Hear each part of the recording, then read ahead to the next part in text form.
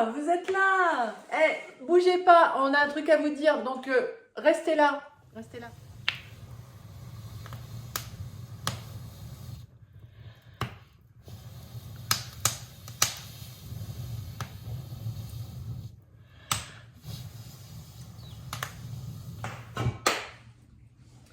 Hello les lolos. Ah, ça fait longtemps, hein. Ça fait longtemps que quoi? Bah qu'on les a pas vus. Non, Ouais, c'est vrai. qu'ils ont pas vus. Mais si, ils nous voient tous les jours parce qu'ils sont sur YouTube en train de regarder. Bon, j'espère que De non, hein, vous avez autre s'abonner. chose à faire. Ah, quand même. Alors, la petite vidéo va parler en fait de la comparaison entre, parce qu'on nous a posé la question en fait, voilà, je commence dès le départ. Est-ce que vous préférez, après expérience, donc la cuisinière à bois, puisque dans l'Oise on avait une cuisinière à bois, ou alors le poêle de masse? La cuisinière à bois, je peux pas faire ça. Non. Donc on va vous expliquer un petit peu, ben, pour ceux qui ne savent pas, qui arrivent sur la chaîne, ce qu'on avait fait dans le premier workshop, technicien, et ce qu'on a fait ici dans le deuxième workshop, donc ben, le choix, pourquoi on a fait ça, et un petit peu le comparatif des deux. Voilà, donc vous êtes prêts pour ça? Oui. Premier workshop, cuisinière bois. Beaucoup sont venus la voir d'ailleurs, et puis ils ont vraiment aimé cette cuisinière. Elle est magnifique parce qu'elle existe toujours, bien sûr. Elle est toujours en place. Donc, explique-nous un petit peu ce que c'était le système du chauffage, on va dire, de Grand Frénois, dans l'Oise. Eh bien, à Grand Frénois, le chauffage, comme tu disais, c'est une cuisinière en fonte de 1900 à peu près, mais qui a une particularité qui a un bouilleur à l'intérieur. Pour moi, c'était important parce qu'on pouvait récupérer cette eau chaude pour en faire plusieurs choses derrière. Je vous expliquerai après. Alors, quels sont les avantages et les différences entre les deux? C'est ça que tu veux savoir? D'abord, en fait, explique bien ce qu'on avait fait à Grand Frénois, la cuisinière bois, donc à quoi on l'utilisait, pourquoi, le système que tu avais fait, Ouais, okay. Et après ici, en fait, on l'utilise pourquoi, ouais. et le système qu'on a fait, en fait. Voilà. Alors, Et après, on parlera des différences. J'aime bien lui couper la parole à chaque fois. Dans un premier temps, on brûle du bois qui est recyclable, qui repousse à l'infini, ça, pas de problème là-dessus. Écologiquement parlant, on va dire que c'est quand même au top. Ce qu'il ne faut pas oublier quand même, c'est pour éviter de brûler au maximum de bois, il faut quand même une bonne isolation de la maison, un bon renouvellement d'air. Et une chose la plus importante de toutes, c'est le bois que vous mettez à l'intérieur, qu'il soit bien sec. Voilà. Et avec un taux d'humidité inférieur à 20%. Pourquoi? Parce que sinon, vous n'avez pas un bon rendement. Et en plus de ça, vous relâchez dans l'air des particules fines. Et alors, il y a deux façons de relâcher des particules fines. C'est de brûler un bois qui est vert et aussi de diminuer l'entrée d'air sur votre poêle à bois ou sur la cuisinière à bois pour diminuer sa température. Ça, c'est la pire des choses. Vous savez, en fait, la fumée bleue qui sort de la cheminée et qui... Alors, sur le dessin des enfants, c'est toujours tout droit. Mais en fait, la fumée bleue, elle est toujours à l'horizontale comme ça. Et c'est très bleu. Pour voir si une cheminée fonctionne correctement, à la sortie de la cheminée, il ne doit y avoir que de la fumée de vapeur d'eau. Donc c'est de la fumée blanche qui se dissout dans l'air et qui s'évacue normalement, quoi. Alors, ça ne doit pas rester bleu. Ouais, je te coupe. Si tu veux, on pourra faire une petite vidéo qui montrera un short. En fait, on fait des petites vidéos parfois pour vous montrer, soit sur Instagram, soit je pourrais la poster sur YouTube, pour vous montrer comment on allume un feu. Voilà, ça paraît bête comme vidéo, mais vous allez voir, en fait, pour éviter justement aussi d'avoir cette fumée qui n'est pas bonne pour la santé de tout le monde. Après, ce petit rappel là pour brûler correctement du bois. D'ailleurs, ça me fait penser aussi, dans ce petit short là, on vous montrera l'appareil pour tester l'humidité. Ce petit short. Ce petit short. Bah oui, c'est moi, si vous voulez. Donc, allez, on reprend? Oui. Ok. Donc la cuisinière bois. Qu'est-ce qu'on peut faire avec une cuisinière bois? Se chauffer. On peut poêler. On peut cuire avec un four. Qu'est-ce qu'on peut faire encore? On fait de l'eau chaude. Et cette eau chaude, elle va servir à quoi? Elle va servir à envoyer dans des radiateurs, si on a une grande maison comme le Earthship qui est très très longue. Et après aussi, ce que j'ai voulu faire moi là-bas, c'est pouvoir réchauffer de l'eau dans notre ballon d'eau chaude sanitaire. Ça, c'était quelque chose pour moi, c'était d'utiliser cette énergie pour plusieurs choses. En fait, ça, c'est du fait de mon métier où j'ai travaillé beaucoup dans le chauffage urbain et je connais bien tous ces principes-là. Je voulais optimiser en fait l'énergie qui sortait de cette cuisinière. Juste le Earthship de Grand Frénois, on avait mis 2 radiateurs, un sèche-serviette dans la salle de bain et un radiateur dans la pièce du fond parce qu'on n'était pas sûr au niveau climat dans l'Oise. C'est pour ça.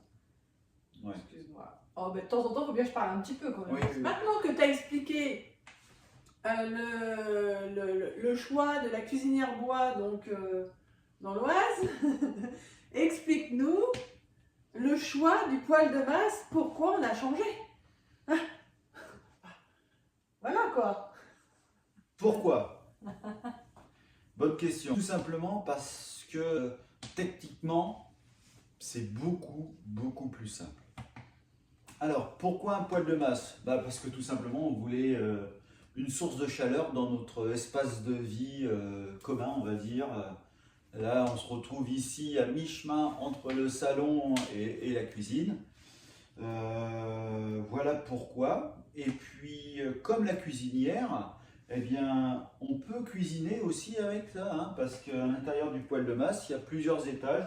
On peut glisser des plaques de pierre qui est fait en briques réfractaires. Et une fois qu'on l'a glissé dedans, on peut mettre dessus à cuire des pizzas, ou on peut mettre tout à fait aussi, juste ici en bordure, là, on peut mettre une poêle ou un faitout en fonte qui va mijoter, voilà, ou cuire du pain. Enfin, il y a plein d'avantages. En fait. La deuxième chose, c'est que le poêle de masse, ça va rayonner et ça va donner de la chaleur à l'intérieur de notre espace de vie. Et à l'inverse de Grand Frénois, on n'a pas mis de radiateur dans les autres pièces. Pourquoi? Parce que tout simplement, dans la chambre, on a besoin de très peu de température. Et avec le rayonnement du soleil que l'on a aujourd'hui, plus l'inertie qu'il y a autour, on ne descend pas en dessous de 17 degrés dans la chambre. Donc c'est quelque chose qui nous va bien, quoi. On n'a pas besoin de source de chaleur. Alors, dans la salle de bain, on aurait pu peut-être...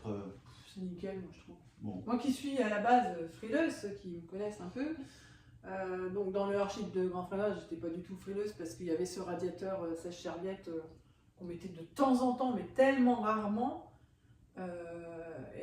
Ici, franchement, température salle de bain, pour moi c'est nickel. On n'a pas de radiateur, on n'a rien du tout et ça se passe super bien. Ouais.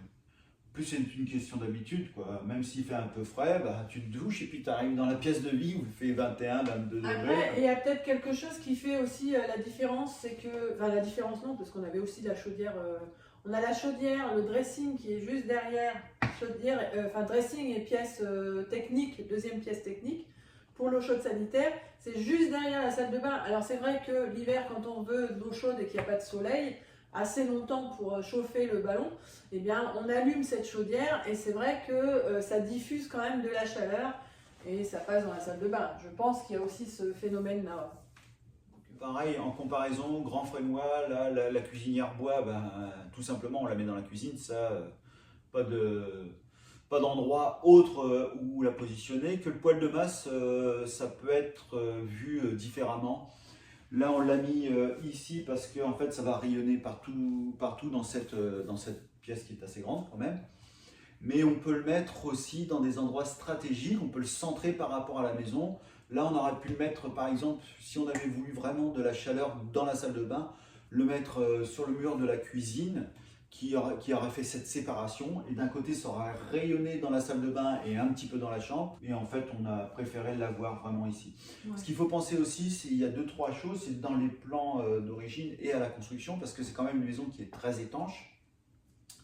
C'est dans le sol de prévoir une canalisation avec une ouverture et une fermeture pour amener de l'air. Parce que ça consomme énormément d'air. Il lui faut amener beaucoup d'air. Pourquoi? Parce que contrairement dans une cuisinière bois ou un poêle à bois, on va mettre du bois et on va régler l'entrée d'air pour accélérer ou diminuer l'air d'entrée pour augmenter ou diminuer la chaleur. Là, on ne fait pas ça du tout.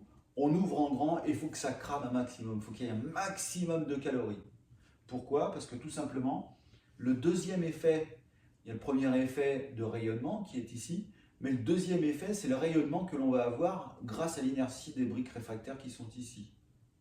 Parce que il y a un petit cheminement de cette chaleur que l'on voit ici, qui remonte dans la partie supérieure. Ici, c'est un gros vide là. C'est une chambre, on va dire, de décompression. Et après, la fumée et la chaleur redescendent sur les côtés pour remonter ici dans cette cheminée. Et vous voyez, ça passe par le bas, là, tout en bas. Donc, schématiquement, si on découpe ça, donc ici, tu expliques qu'il y a un gros vide. Il y a des briques quelque part, mais c'est juste en fait un gros bloc de briques vide. Ouais. Je vais le détailler un petit peu plus. Ici, on a le foyer.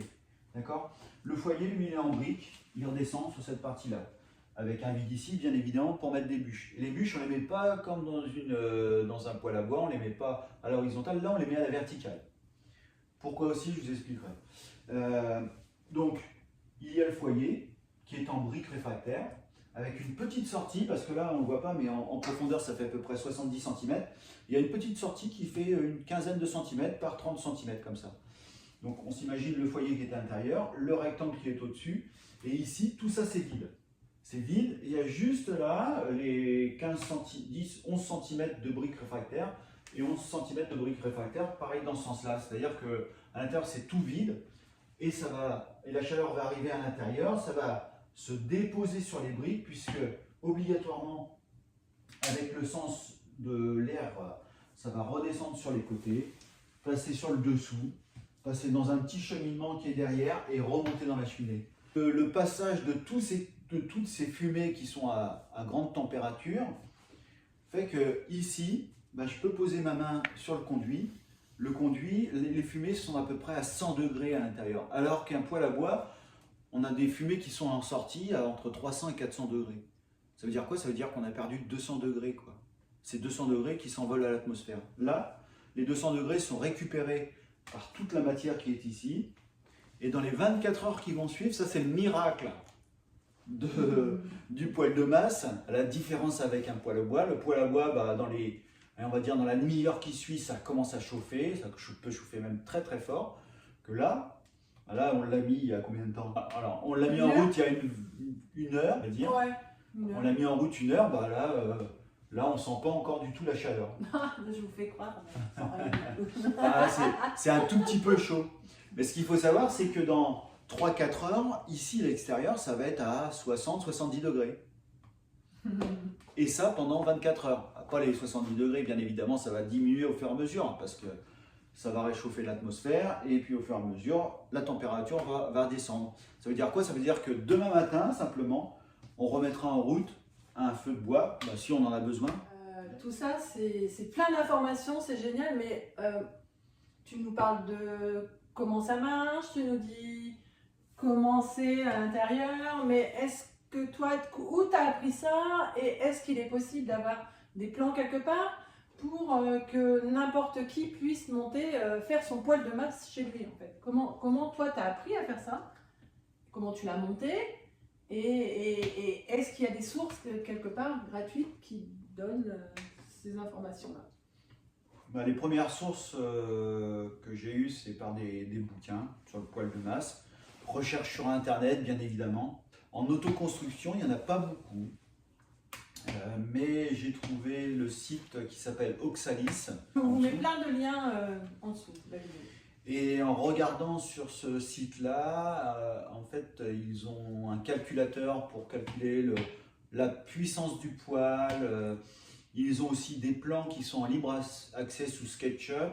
Et avec ces plans-là, en fait, étage par étage, ils ont donné les informations comment monter.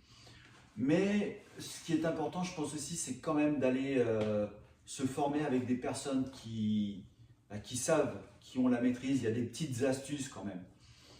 Et pour notre part, on a été en Charente-Maritime, là, à la Maison en Paille, qui fait de la formation sur la terre crue, sur les enduits, sur les maisons de paille d'ailleurs aussi. On a fait une petite vidéo, je vous mets le lien aussi pour vous présenter en fait André de Bouter qui est justement à l'origine de ces formations-là où Fred est allé et après on s'est formé aussi pour les enduits terre. Voilà. Donc je vous mets le lien aussi. Et j'y suis allé au mois de février. Et quand on repart de là-bas, on est convaincu de la chose parce qu'on a vécu 3 jours avec un poêle de masse. On voit l'efficacité de ce genre d'appareil-là. Et avec lui, on apprend exactement comment monter, faire l'enduit, poser, ce genre de choses-là, parce qu'il y a des petites astuces quand même. Si on ne le fait pas, il y a des risques de casse sur le poêle par lui-même derrière. Donc c'est important de connaître quand même ces petites astuces-là. Mais combien de temps t'as mis pour faire ce poêle de masse? Eh bien, en totalité, on va dire qu'on met à peu près une semaine pour monter un poêle de masse comme ça, avec la cheminée. Allez, en prenant son temps, 2 semaines avec l'enduit, c'est monté. Parce qu'au niveau du conduit, c'est pareil, c'est un savoir-faire. Oui, oui. Ça, il y a des c'est choses son à savoir. métier en même temps. Donc ça, voilà. Mais c'est vrai que ça, c'est un métier. Oui. D'accord ? Oui. Donc il est fort possible de le faire vous-même. Bien sûr, vous allez peut-être mettre plus de temps, Ouais. je ne sais pas. Il y a peut-être, vous allez faire une formation, vous mettrez moins de temps. Après, la fumisterie, c'est un métier. Donc en fait, on va vous mettre le lien aussi d'une personne qui peut vous accompagner. Et vous la connaissez parce qu'elle s'est reconvertie dans ce domaine. Donc elle est en pleine formation, elle est en train de faire monter des poêles un petit peu partout en France. Elle se promène, oui, elle se promène. Et donc on vous met le lien de cette personne, c'est Karine qui a complètement changé de vie et qui a découvert ici le poêle de masse. Et elle s'est donc donner la chance de pouvoir développer son entreprise et donc d'accompagner les gens à construire leur poêle de masse. Donc elle vous accompagne avec vous à construire poêle de masse ou d'autres types de poêles aussi. Donc on vous met le lien de Karine sous la vidéo. Alors, elle, pour préciser, la formation, c'est pas uniquement sur les poêles de masse, elle a eu une formation sur la fumisterie, aussi. qui est un métier aussi et qui est très important parce qu'il y a des choses vraiment respectées. Donc c'est un calcul, voilà, il y a des choses quand même à savoir au niveau de votre pièce, au niveau de l'arrivée d'air, au niveau de... Il y a plein de choses à savoir en fait, donc c'est pas anodin tout ça.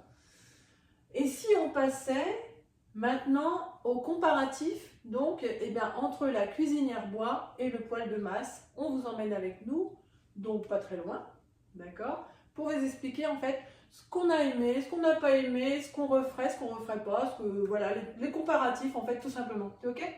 Allez. On y va. Pour ceux qui sont restés jusqu'au bout, bravo à vous, déjà, c'est bien. Ouais, mais c'est pas fini. Hein. C'est pas fini, non. Alors on vous fait pas souvent des vidéos en ce moment, mais quand on les fait maintenant, c'est peut-être un petit peu plus long, mais on essaye de donner vraiment pas mal de détails pour que vous ayez tout ce qu'il faut pour pouvoir vous faire vos choix, quoi.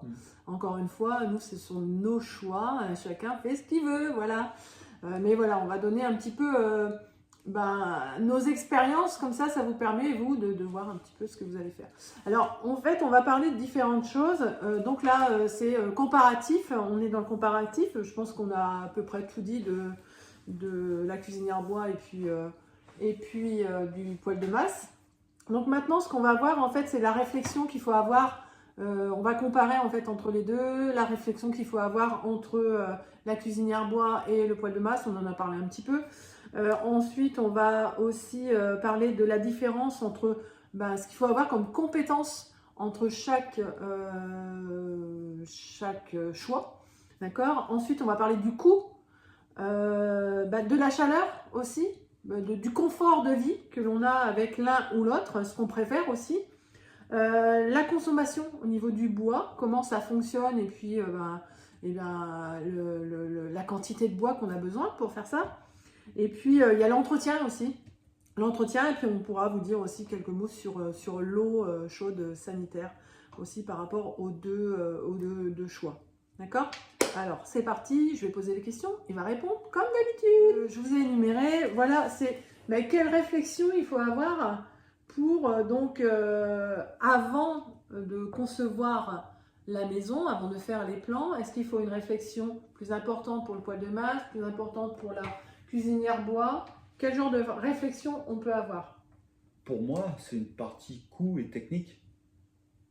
C'est vraiment très différent de l'un à l'autre. L'un avec la poêle bouilleur où il y a besoin de beaucoup de technique, il y a besoin de motorisation aussi derrière, donc de consommation d'électricité. Nous, on est en autonomie électrique, donc on réfléchit aussi à ce genre de choses-là, même si c'est des moteurs qui sont très peu consommateurs aujourd'hui, des nouveaux moteurs. En comparaison avec le poêle de masse, il n'y a aucune motorisation, quoi. Ça se débrouille complètement tout seul. Ça, c'est une réflexion. Et après, la deuxième réflexion, c'est est-ce qu'on a besoin d'autres points de chaleur que la pièce de vie, quoi, dans des endroits qui sont bien plus éloignés. Alors, même avec le poêle de masse, il est possible d'envoyer de la chaleur ailleurs, hein. On peut très bien imaginer, et ça a déjà été fait, de mettre un petit tube de cuivre qui va entourer le poêle de masse, le corps du poêle de masse, et qui va se réchauffer avec la température. Mais c'est de la température que l'on va perdre dans la pièce où on est, puisqu'on va l'envoyer ailleurs. Donc voilà, c'est des sujets de réflexion qui sont vraiment très personnels là. Alors ça, tu l'as prévu.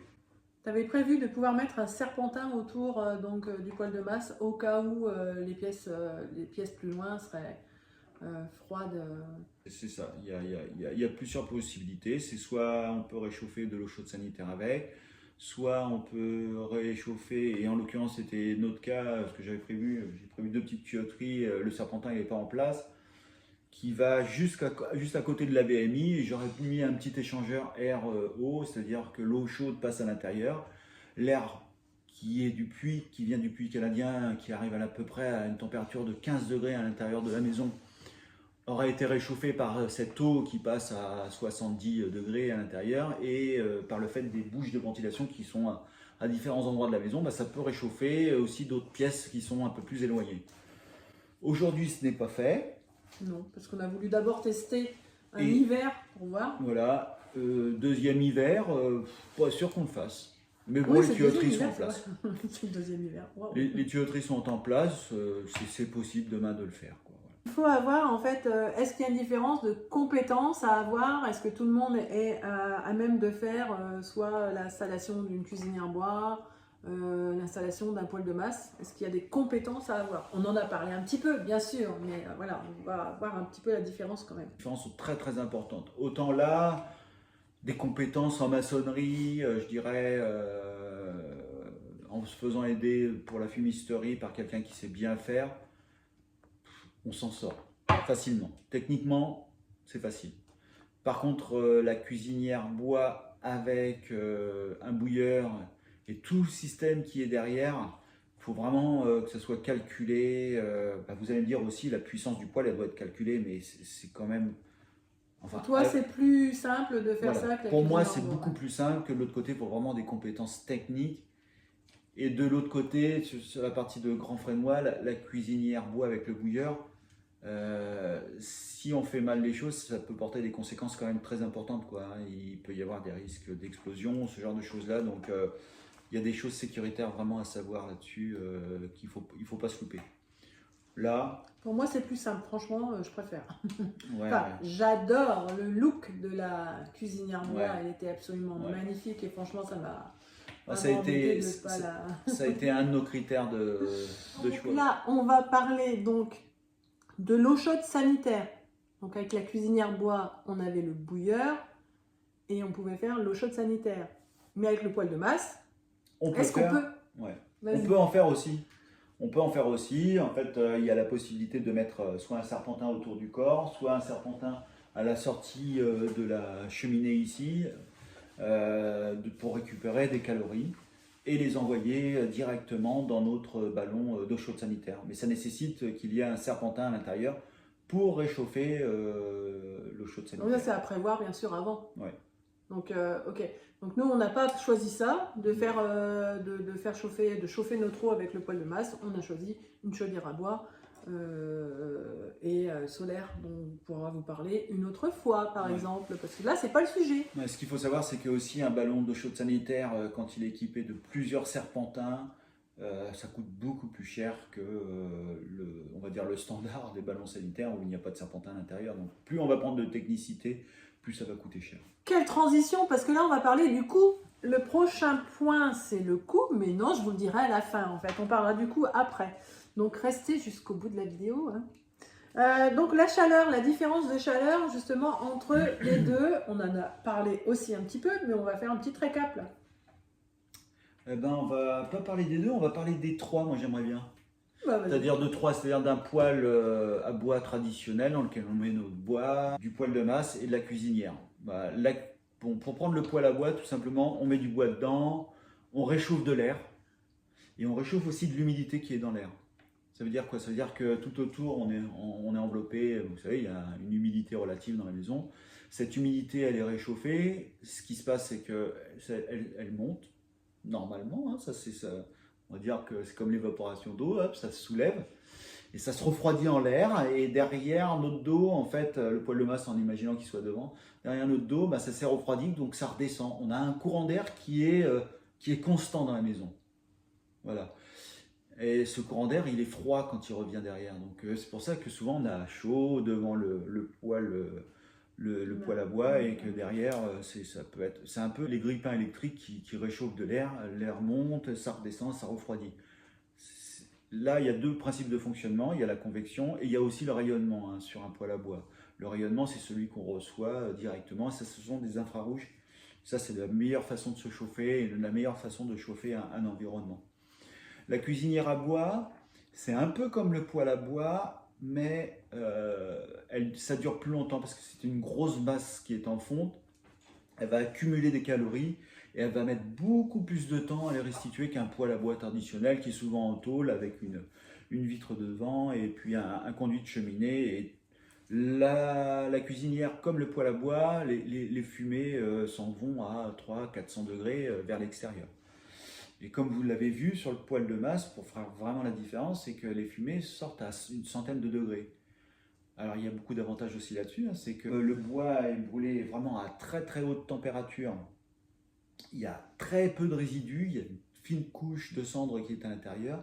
Il y a très peu de résidus à l'intérieur et le conduit de cheminée, lui, s'encrasse très très peu. La différence, c'est qu'avec un poêle à bois ou la cuisinière à bois, c'est que quand on réduit la vitesse d'entrée d'air pour diminuer la chaleur à l'intérieur de la maison, on encrasse tout à l'intérieur, les conduits de cheminée, on encrasse tout. Et on encrasse l'environnement aussi, il ne faut pas l'oublier. Donc c'est quand même plus intéressant pour moi cette partie-là. Justement, quelque chose que beaucoup attendent, c'est savoir combien ça coûte tout ça. Donc on va faire un comparatif entre les deux. Si tu te souviens un peu approximativement combien coûte l'ensemble l'ensemble, on va parler vraiment de tout en fait, hein, de la cuisinière, de la fumisterie, des tuyaux, des vis, des boulons. Là, la cuisinière avec tout ce qu'il y a derrière, c'est 4 fois plus cher. Waouh! Attends, la cuisinière bois, c'est 4 fois plus cher que le poêle de masse. Ok. Pourquoi? Le poêle de masse, on achète les briques, on achète la fonte qui est là, le foyer, on les trappes de visite, et puis la fumisterie. Allez, on peut s'en tirer pour 6 000 €, on est OK là-dessus. Tu parles pas de la formation que tu as... Je parle pas de la formation. Combien t'a coûté la formation? Cher, la formation est 350 € pour 3 jours, nourriture comprise. Enfin, c'était il y a 2 ans, donc peut-être que ça, avec le coût de la vie, ça a évolué un petit peu. Toi, tu n'es pas obligé de le faire. Non, on n'est pas obligé de le faire. C'est un conseil. Vous regardez sur Oxalis, où vous trouverez, comme je vous ai dit, le calculateur pour calculer la puissance de votre poêle, les plans qui sont en libre accès, et il y a aussi tous les formateurs en France qui peuvent faire ces formations-là. Okay. C'est une chose. Et pour donc la cuisinière, elle a un coût. Bon, attends, la cuisinière a un coût parce qu'on a fait le choix aussi, parce qu'on est tombé amoureux d'une cuisinière. On a vu ça dans une boutique, machin. Ça se faisait qu'au gaz et à l'électricité. Nous, on ne voulait pas, mais on voulait retrouver la même cuisinière qui pouvait se faire au bois, qui pouvait chauffer au bois. Et ma fouine. A trouvé cette cuisinière en Irlande. En Irlande. C'est une cuisinière irlandaise. Donc ça a un coût. Il y a moyen aussi de faire moins cher. On peut très bien trouver des vieilles cuisinières bois bouilleur en France. En France, Ça se voilà. faisait, voilà, on peut très bien maintenant, il y en a qui les donnent dans des villes maisons, etc.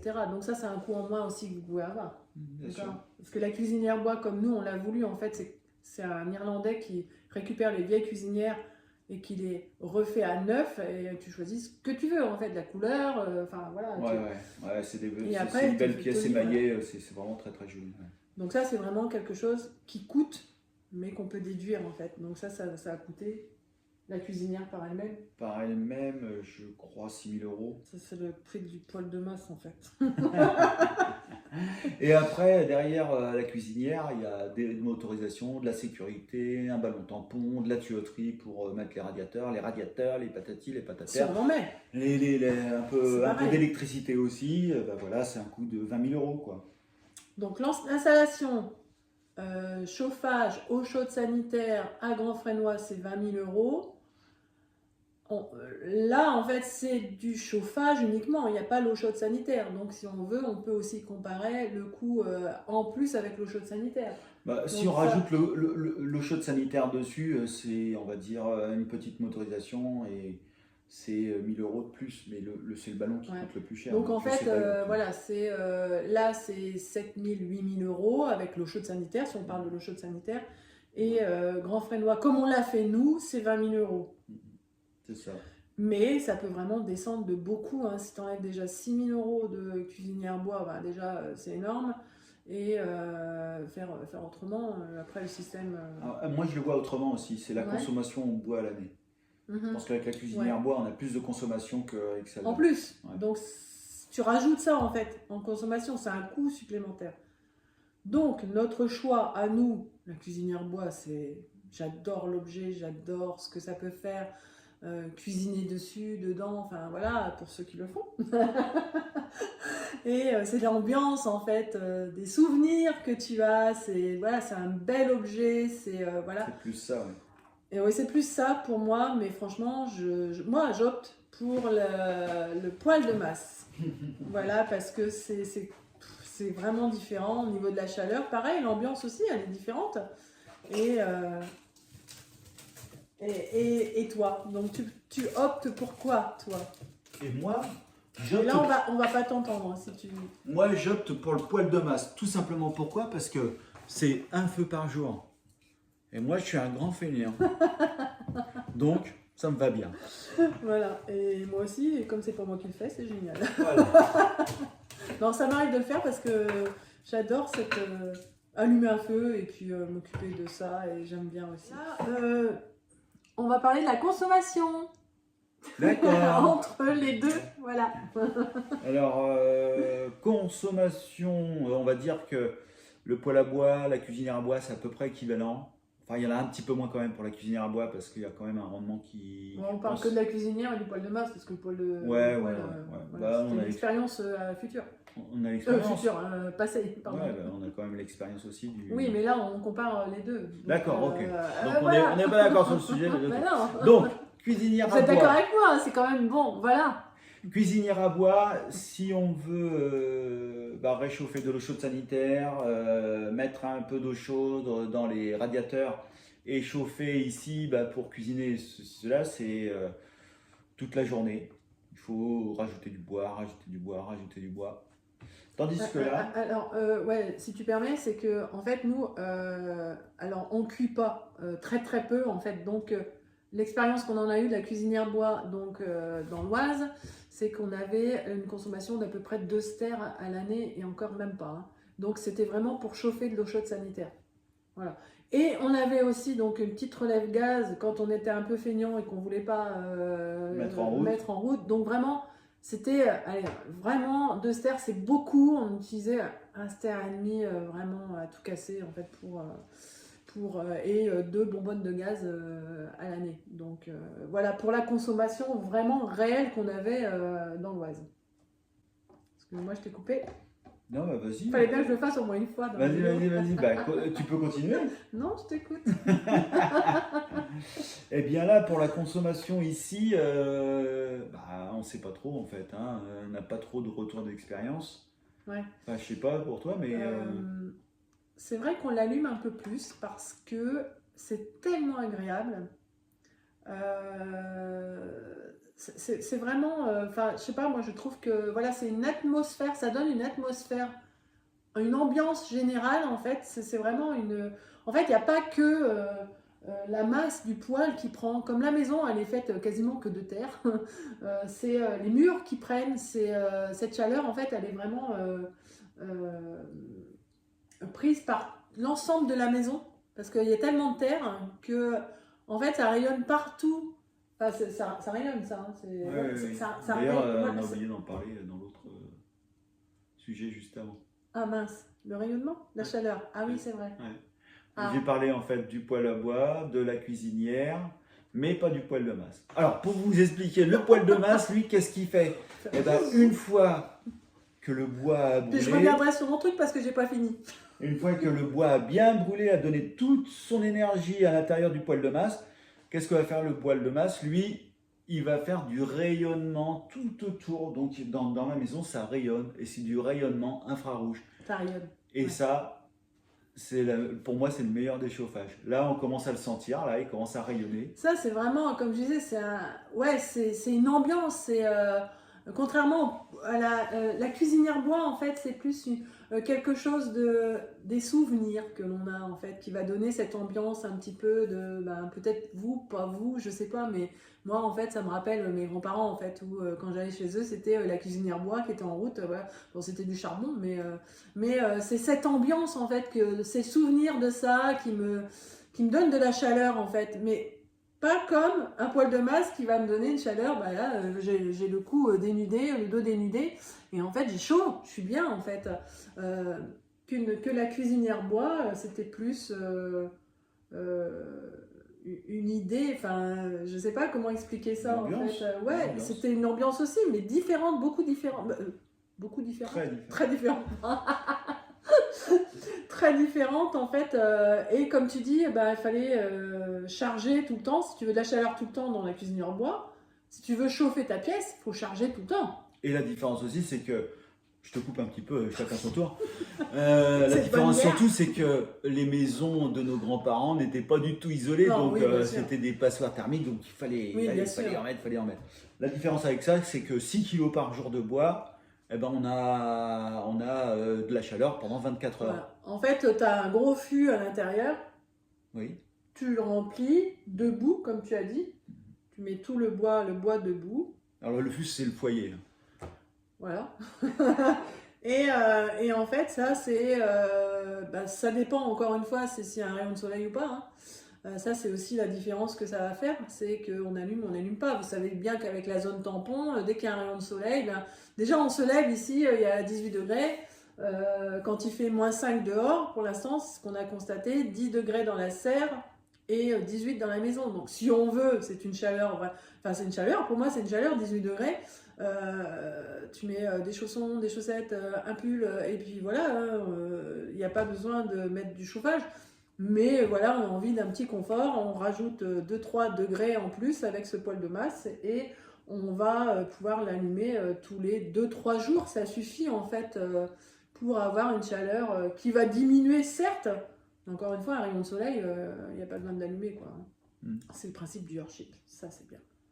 Quand il y a du soleil. Alors, voilà, on espère, j'aime pas ce voilà parce que c'est le mot de la fin et en fait on va vous quitter et j'aime pas ça en fait. Oh ouais, c'est vrai, mais on vous retrouve sur les réseaux bien sûr, sur TikTok maintenant, sur Instagram, sur Facebook comme d'habitude en fait. Ah ouais, on est partout comme ça? On est partout, presque partout. Oh ouais, non mais... donc vous pouvez vraiment avoir des petites vidéos courtes et puis des suivis, voilà, et puis nous faire des petits coucous, c'est sympa aussi.